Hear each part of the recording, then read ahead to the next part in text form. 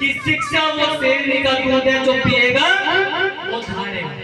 आपके सामने दो लोग ऐसे हैं जो गवर्नमेंट सर्विस के अंदर अधिकारी रहे।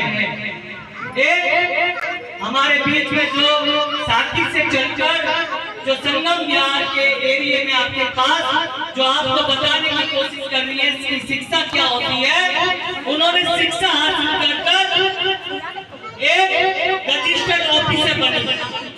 रजिस्टर्ड ऑफिसर क्या होता है पता है आपको? रजिस्टर्ड ऑफिसर वो होता है जो एक जिले को संभालता है। और एक हमारे बीच में इंडियन आर्मी से रहे, रिटायर रहे और वो देश की सेवा में रहे। आप लोगों को शायद आईपीएस बनना है, जज बनना है, कलेक्टर बनना है, सब बनोगे कैसे? शिक्षा हासिल करोगे जब। सबको जय भीम, जय देश, जय देश, जय भारत, जय संविधान।